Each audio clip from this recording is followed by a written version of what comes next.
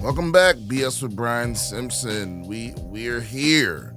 New studio. It's actually in my house right now, right? Which means I can do other shit like this. I'm gonna be using this for the next. This is the Azeron.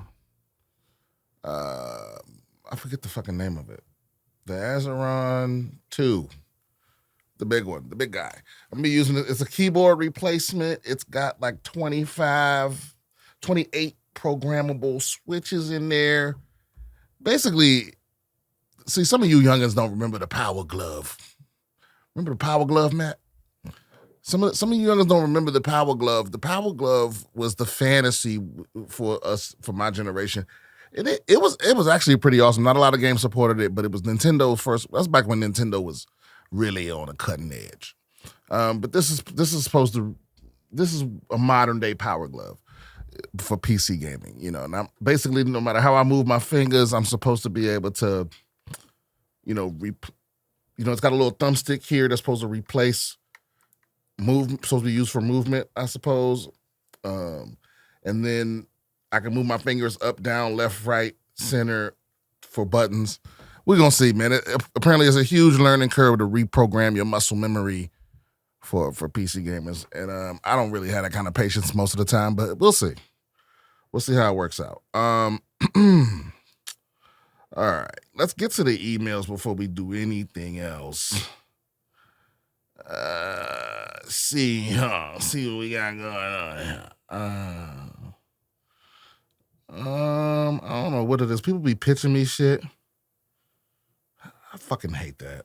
Okay. It's a lot of emails. Holy shit. Okay.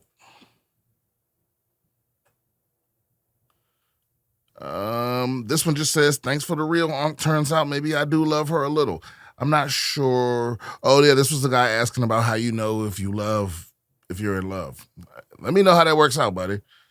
Okay, yeah. Dear Brian, hope this message finds you in good health and spirits. Long-time listener, first-time questioner for the advice champ. Well, we all have a first time. My question pertains to the idea of value. Okay, if I buy a lamp for $10, invest $20 to fix it up, and then sell it for $100, I feel like it's a no-brainer that the original price did not match the value of the item.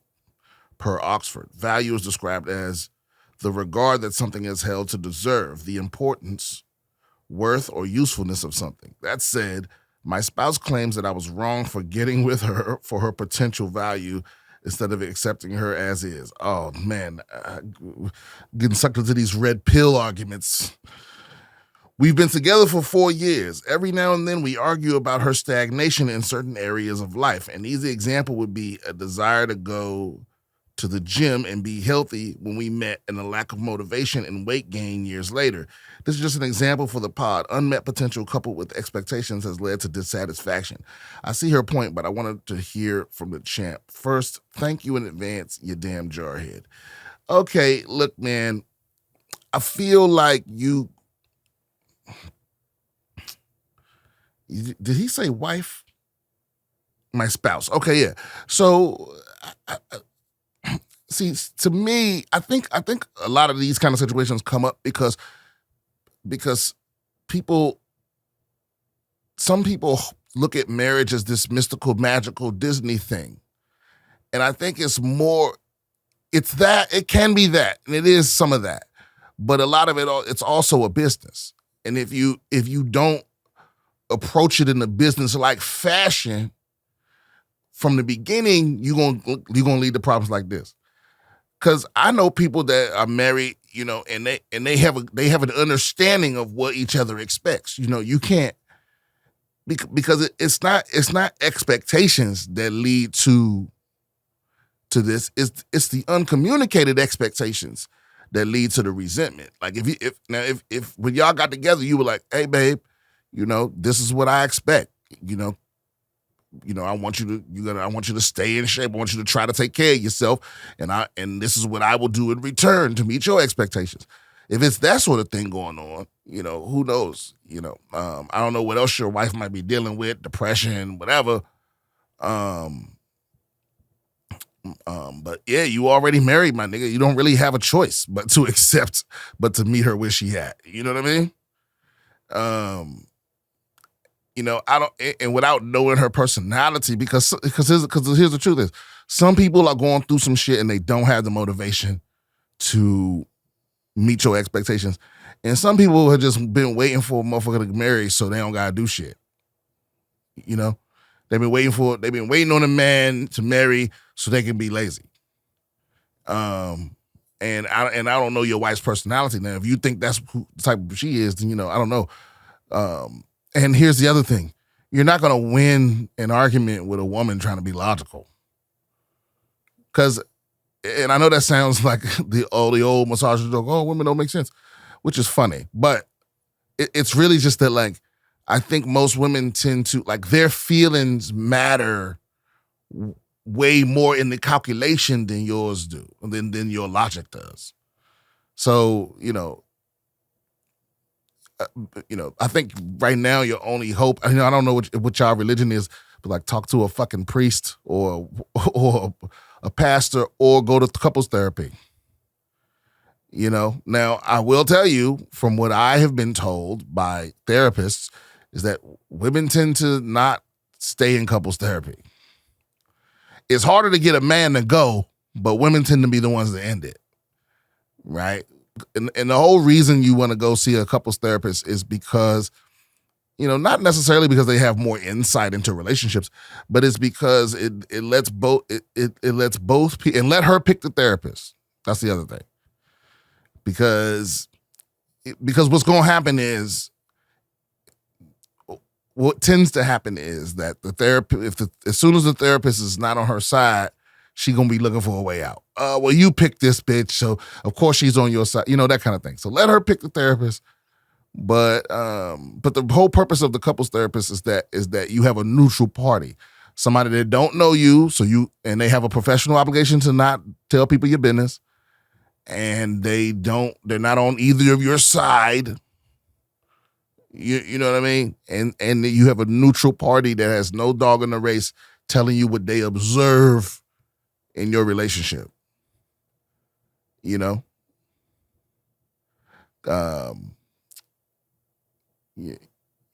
But you don't be, I know if you walking around in your marriage with disappointment and resentment, that shit ain't gonna last. Or it's gonna last and y'all both are just gonna be miserable.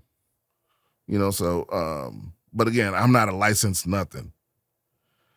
Let's see here. Next email. Somebody want me to promote their book. I don't do that. Okay, here, this is a good one, okay? Hey, Brian. I recently decided to volunteer to coach my 9-year-old son's basketball team. All right. I have no experience as a coach, but I played in a league for much of my youth into college. I figured it'd be a great way to bond with my son and participate in something that we can both work on together. So because I'm a small business owner and we have a 1-year-old kid as well, I told the league that I'd take the assistant coach position because I'd probably be too busy to be fully dedicated head coach. All right. Dealing with roster changes, parent communication, and scheduling. Problem is, the guy who volunteered as the head coach is a nice enough guy, but I can see has never played a game in his life. He knows some of the basic fundamentals, but just skips some of the most essential parts of the game. So now I find myself butting in mid-drill to correct some shit he skipped or got wrong. To be clear, I know I opted for assistant coach, so it's kind of what comes with that. After game 1 last week, this tubby fuck hollers, a thanks, man. So I followed up with a nah, thank you, man, as we were leaving. Now, to my well-balanced wife, she saw that as a normal exchange. However, I sensed a very minor but detectable air of condescension. Oh, shit. You thank someone who came to help you move your couch or jumpstart your car. From one volunteer coach to another, you can't thank me like I came to help with your team, especially if you're a bad coach. By the way, I'm black in a predominantly white area, so I'm hyper aware of the racial dynamics. Those are always present.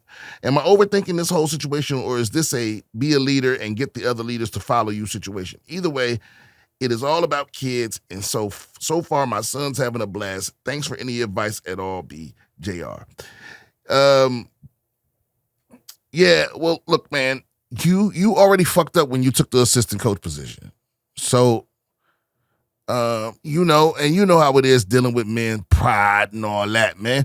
So I think the thanks, man, I would take it as sincere until I saw any other evidence, because I know what you're saying. I know what you're saying. It's not just the words you're saying, it's the tone, the pitch, your facial expression, the situation, all of these other nonverbal parts of communication that matter. And so I wasn't there to detect it with you, but I know exactly what you mean. The thanks, man, that could mean a whole lot of things. That could go a whole bunch of different ways. But I tend to take people at face value. If I'm going to take the thanks as sincere, it might have been hard for him to thank you. It might have been a struggle to spit that thank you out, because that's also an admission of like, I don't know what the fuck I'm doing type shit. But you also got to look at it from his perspective. I mean, you be butting in, correcting him in front of the kids and shit, and he's taking that. You know what I mean? So I think you can take this. Like you said, it's about the kids, it's about your son, and your son having a blast. And the only way that this has to be a confrontation is if you make it about you. And you should not do that. Let your kid learn a little football, and make sure your kids for sure get the proper correction. Like, make sure that when you're doing them correcting that you respectful, because people, like I said, people's egos are fragile, especially fathers in front of their sons. So I don't know what you're doing. If you making him look like a fucking idiot, I don't know, but, make sure your kids get the proper direction, and maybe like whatever kids you see got like star potential, make sure you pull them to the side and throw a couple little drills in there, or even let the coach, have a discussion with the coach and put you in charge of the drills. You know what I mean? And have him feel like he overseeing everything. Like, hey, coach, I do the dirty work. You know what I mean? You just sit back and oversee. You play call. You know what I mean? That kind of shit. Because like you said, if being the only black person in a predominantly white area, you got a damn, one of those skills you got to develop is assuaging people's egos and navigating egos. And that's not just a racial thing. That's always. Wherever the fuck you are, where there's a power dynamic, you got to learn how to navigate egos. I mean, that's also part of being a coach as well, And so it's not going to be the first, and I'm sure it's not the first, and it's definitely ain't going to be the last time you've had someone, quote unquote, above you, whose knowledge you don't respect. I mean, that's God. I mean, I've lost count of how many times I've been in that situation. But I know I've gotten out of every single one of them unscathed. I hope that helps a lot there. Much love to the advice champ. Hey, Brian, I go by Jay, and I'm 29, living in Pennsylvania. I'm hoping the advice champ has some insight for me. On the last pod, you mentioned how your home is your peace, and for me, that's necessary. Me and my girl finally got our own apartment, and we're about 6 months in, and we just disagreed to the point where sometimes I don't even have the energy to argue because I feel like I feed off good energy. But I don't get it because I isolated my whole adulthood due to addictions and disagreements, so I don't have the bros, and anyone else I loved is dead. Okay, I've been there. Don't get me wrong, I love my girl, but the headache makes me want to leave, but I literally have nowhere to go. And don't even have people to talk to because I don't even really like the blue-collar MAGA guys I work with. I never really felt lonely till this past year because it's really setting in that I have no one, and turning 30 next month is messing with my head because I should have done something with my life. I guess with that being said, how do you get yourself out of this lost place? Because I feel like I'm just waiting to pass away. Thanks. I like the way you think, brother, and hope to see more comedy from you soon. Listen. First of all, 30 is young. You know what I mean? I didn't start comedy till I was damn near 30. 30 is not, don't let society convince you that you should have it all fucking figured out by now because your grandfather had a family of 5 when he was 22. You know what I mean? Because this is a different era. It's a different resources. You ain't supposed to have shit. There's no time you're supposed to have shit figured out. Some people don't make it till they 40, 45, 50, blah, blah, blah. When it comes to, feeling lonely while you in a relationship, that's unacceptable. Like y'all gotta nip that in the bud, the communication issue, blah, blah, blah. That's gonna require you being vulnerable. Like you really gotta sit your girl down like, hey, we can't, because I don't know what the source of that is. Why you and her have this distance where you feel lonely when you at home with the person that you love the most. You know what I mean? But she need to know that. You know what I mean? And whatever happened. Like you gonna land on your feet, either way. It's the unknown that's scary when you say you have nowhere. No, you got places. You just don't know where they are. That's not the same thing. But if you in a relationship feeling lonely, that's something you got to rectify immediately, because I think that's a worse feeling than literally being by yourself. So, whatever spark y'all had that caused y'all to move in together to take it to that degree, you should be able to communicate, hey, I feel like I'm by myself here. Because, blah, blah, blah. Because, I know that people treat you the way you allow, and your girl acting like that because you've been letting it slide. You know what I mean? And I'm not talking about arguing. So that's another thing. Before you even approach the situation, you need to Google some videos on how to communicate.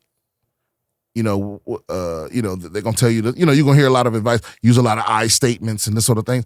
But you need to make sure your communication game is on point, because if it's not, the moment you get frustrated, it's gonna turn into an argument and there's no winners. You know what I mean? Because it sounds like your girl's the type of person that her goal is to get you so frustrated that you don't want to argue no more. And to her, that's a W. But I've seen couples get past that point, but I couldn't tolerate that situation of like, I come to my crib, no peace. I got to argue with a bitch that ain't making no sense. And then I feel by myself. I'm not dealing with that, and so that's first and foremost. And then your second issue is like, hey man, it's fine. Like you're going to find what you want to do as long as you out doing shit.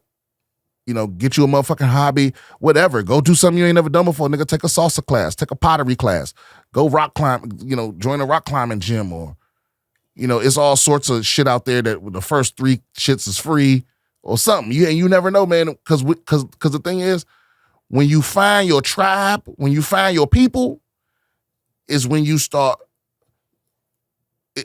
they feed into each other. You'll run into what you love and vice versa. When you start pouring your energy into what you love, you start finding your people. And, but you got to get the ball rolling. You can't, because sitting around feeling sorry for yourself, that's never going to help you. And so, because you're saying you feel like you're waiting to die. You can wait to die while you're doing shit. Go do something. Don't stop, because, I don't know what kind of person you're dating, but if they are a succubus or whatever the fuck, but I know that you feel like there's no way out because you don't have perspective, and you can only gain perspective if you go searching for it. So you got to go do something that break the cycle of monotony and go do anything, not drugs. Go do something other than drugs. Go do activities. Go learn some shit. Go be around a group of people you would never have hung around before. Maybe not the Klan or whatever, but just any other group, probably. Let me see. Next. I really get to the point where I feel like I should have a professional guest. Have you ever thought about how many more people might enjoy your podcast if your videos showed up in more search results? Oh, I fucking hate this. People want to pitch you or use their product. All right, last email. Hey, Brian. Love the last part. A man of my own heart. No Diddy. 1. That's one metric I use to measure if a game is good, if the cutscenes are skippable or not. If the story is good enough, then people won't skip it. Facts. 2. Apple fanboys think Apple invents everything. The one thing I give them credit for is they know how to market stuff. That's also a fact. What do you do for fulfillment if it's even something possible or just a fleeting moment? Lastly, what's your review of the REDMAGIC Pro phone versus Samsung? Could it replace it? Oh, wow. Did I mention that I had that? I do have that. The REDMAGIC Pro. Okay, wait a minute. Let me what do I do for fulfillment? Everything. I sing, I dance, I masturbate, I write poetry, I journal, I do stand-up. Sometimes I go for a long drive with my music blasting. Sometimes I go for a long drive with it quiet. That's actually one of my favorite things to do. Like 3 a.m, no cars on the highway. You can go like 90 on these Texas highways. Relax, guys. The speed limit's 80 out here in the land of freedom. And just clear my motherfucking head. But I guess that's not fulfillment. That's more relaxation. But yeah, I do stand up I love stand up. That's what I do for fulfillment. And I do my podcast. I love my podcast. Those are the two things that I absolutely need to do on a regular basis. Besides eat, drink, sleep, and shit, and like the pyramid of needs. But no, I like this shit. Now the REDMAGIC Pro is excellent. The only thing that made me not, because I still have it, and I take it on the road with me as like my backup phone. But the one thing that made me not really use it as a daily driver is because it doesn't do eSIM. So I would have had to go to T-Mobile and get a physical SIM card. It wouldn't let me transfer eSIM to the REDMAGIC, even though it has a dual SIM tray for, international shit, stuff like that. But the battery life is unbelievable on that motherfucker, So, no, the REDMAGIC Pro, yes, it could replace your, my S24 Ultra, maybe. It's a little thinner too, which I don't know if I like that much. I mean thinner, like the screen is a little narrower. But I might get the OnePlus 12 here soon because I'm hearing that that's a viable replacement, but I don't know. Who knows? And by the time I start getting comfortable with that, they're going to announce the S25 Ultra. And my fucking addicted ass is going to probably buy that. So, we'll see. Even though Samsung is kind of starting to fall off with the customer care. And, I mean, they're starting to kind of fall off a bit in some ways, but step it up in other ways. So, that's where I'm at with it. All right, that's all of the emails. I don't know. Oh, maybe that was my best email responses. Who knows? Let's do a couple of articles before we get out of here. This is unbelievable. This is from the SF Gate, San Francisco Gate. Okay. LAPD raid goes from bad to farce after gun allegedly sucked onto MRI machine. How does that fucking happen? Those of y'all that don't know, an MRI machine is a giant electromagnet. So that's why you can't have metal and shit in there. An officer with the Los Angeles Police Department found out the hard way that you can't take metal near an MRI machine. Yeah. After their rifle flew out of their hands and became attached to the machine during a pot raid gone bad. According to a federal lawsuit filed last week, the incident's details were described in a lawsuit filed by the owners of a Los Angeles medical imaging center who alleged that their business was wrongly targeted by LAPD during a raid in October 2023. The lawsuit was, the owners of NoHo Diagnostic Center are suing the LAPD, the city of Los Angeles, and multiple officers alleging they violated the business owner's constitutional rights and demanding an unspecified amount in damages. Officers allegedly raided the diagnostic center located in the Van Nuys neighborhood of Los Angeles, thinking it was a front for an illegal cannabis cultivation facility, pointing to higher than usual energy use and the distinct odor of cannabis plants. Oh, the old, I smell marijuana. They need to really legally clarify that. It's ripe for abuse, like shit like this. Officers raided the facility on October 18, 2023 and detained the lone female employee while they searched the business, the lawsuit said. However, they didn't find a single cannabis plant and only saw a typical medical facility with rooms used for conducting x-rays, ultrasounds, CT scans, and MRIs.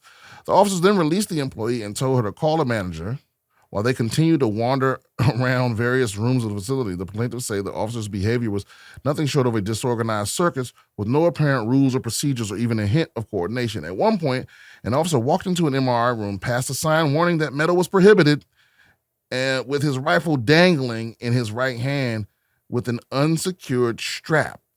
The lawsuit said the MRI machine's magnetic force then allegedly sucked his rifle across the room, pinning it against the machine. MRI machines are are tube-shaped scanners that use incredibly strong magnetic fields to create images of the brain, bones, joints, and other organs. An officer then allegedly pulled a sealed emergency release button that shut the MRI machine down, deactivating it, evaporating thousands of liters of helium gas and damaging the machine in the process. The officer then grabbed his rifle and left the room, leaving behind a magazine filled with bullets on the office floor. Los Angeles police and an attorney for the diagnostic center did not immediately secure. Yeah. And here's the thing. They're probably going to lose this lawsuit. This is something that we people don't really talk about a lot, but they have this weird shit where, I mean, obviously qualified immunity where a police officer can't be held personally liable for things they do during the execution of their duties. And then the other thing is like that civil asset forfeiture where they can just take your shit and not have to give it back and not owe you anything. And then I don't know what the name of the rule is that lets them destroy shit. But yeah, like if the cops raid your house and it's the wrong house and they fuck your house up, they don't have to fix anything. If they kick your door in, bust the windows, shoot through a wall, they don't have to fix nothing. You know what I mean? It's wild. They don't owe you shit. They can just wreck your shit and be like, oh, sorry about that, and leave. You know, in California of all places. But, you know, police unions have the strongest unions for a reason. Yeah, they get away with a lot of shit, some of them. Wow. Students jump in to help after-school resource officer who accidentally shoots himself. Police say the officer's firearm accidentally discharged while he was seated, injuring his leg. The old accidental discharge. A group of junior ROTC students in Texas came to the rescue after a school resource officer accidentally shot him and injured himself hours before a football game. Okay. At the moment, I felt terrified. Despite the fear, the high schoolers who are 14, 16, and 17 helped put a tourniquet on the officer's leg before calling 911. While he was doing it tight, it was trying to help him tighten it because the tighter, the better. Yeah, I guess that's true. The students say the tourniquet worked quickly, and after a minute and a half, called 911. The teenagers say they hope the officer and his family are okay.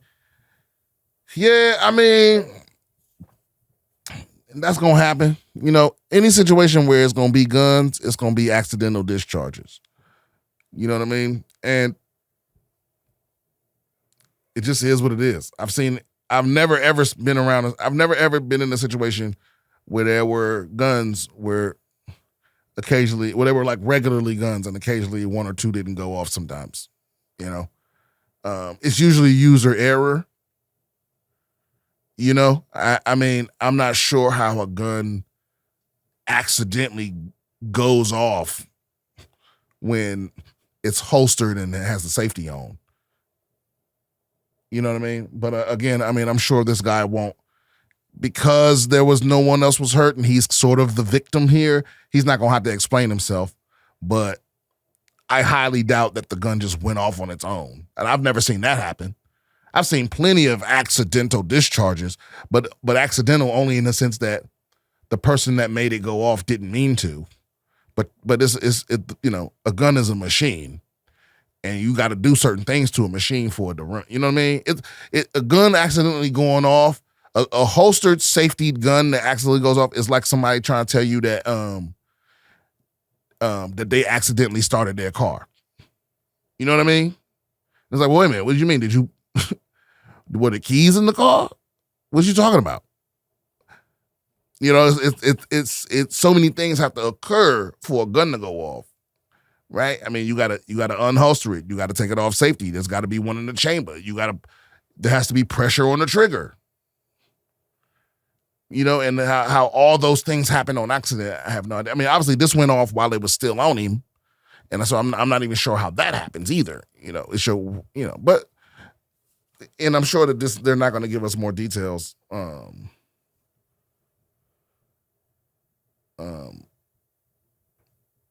know, I mean, I'm not happy that this happened. It is funny. It's funny to me. It's chuckle funny. It's not It's not rolling on the floor laughing, but it's up there. It's up there. And I wish I could get more details so I could, because I'm not. I guess it's not. I need to know what happened for real. That's all I'm saying. The gun didn't just go off. What were you doing? Why did it? That's what I need to know. What were the details up to? Because he was like, "I've been shot." No, you shot yourself. That's what he told the kids. No, I'm not okay. I've been shot. No, you shot you. How? I would like to know that.